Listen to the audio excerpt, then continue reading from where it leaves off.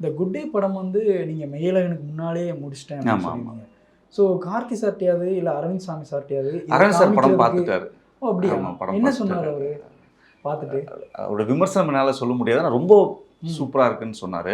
Okay. அவருக்கு முக்கியமா பிருத்திவியோட ஆக்டிங்க பத்தி ரொம்ப நேரம் பேசிட்டு இருந்தாரு என்கிட்ட. ஓ. அட்டகாசமா பண்ணியிருக்காரு அவரு. சூப்பரா பண்ணியிருக்காரு. ம், ம். ஃபர்ஸ்ட் படம் மாதிரி இல்லை அப்படின்ட்டு முக்கியமா அவரோட ஆக்டிங்கை பத்தி ரொம்ப நேரம் பேசினாரு. ஸோ கண்டிப்பா அடுத்தும் நீங்க வந்து ஏதாவது இணைஞ்சு அடுத்து பண்ற படங்களே தானே? நான் எழுதி முடிச்சிட்டேன். ம். அதுக்கான ப்ராசஸும் ஆரம்பிச்சிருச்சு. ஸோ சார் படிச்சு முடிச்சிட்டாரு. ஓகே. பிரேம் சார் ஆமா, படிச்சு என்ன முடிச்சிட்டாரு. சொன்னாங்க? படிச்சு முடிச்சுட்டு சார் கிட்ட ஸ்கிரிப்டை கொடுத்துட்டேன். சார் ம். படிச்சு சொல்லுங்க சார், ஸ்கிரிப்டை கொடுத்துட்டேன்.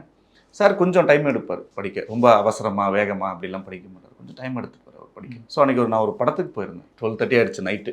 ஸோ எப்படியும் சார் கிளம்பியிருப்பார் ஆஃபீஸில் அப்படின்னு தான் வந்தேன். ஸ்கிரிப்ட் முடிச்சு அங்கே இருந்தது. எனக்கு ஒவ்வொரு நாள் நான் செக் பண்ணுவேன். சார் வந்து படித்து முடிச்சுட்டு அங்கே பென் ஒன்று வச்சுருவார். பென் வச்சு அப்படி க்ளோஸ் பண்ணி வச்சுருவாரு. விட்ட இடத்துல இருந்து படிக்கணும். ஆமாம், நான் போய் பார்ப்பேன் எத்தனை பேஜ் இன்றைக்கி எத்தனை பேஜ்ன்னு பார்த்துட்டே இருப்பேன்.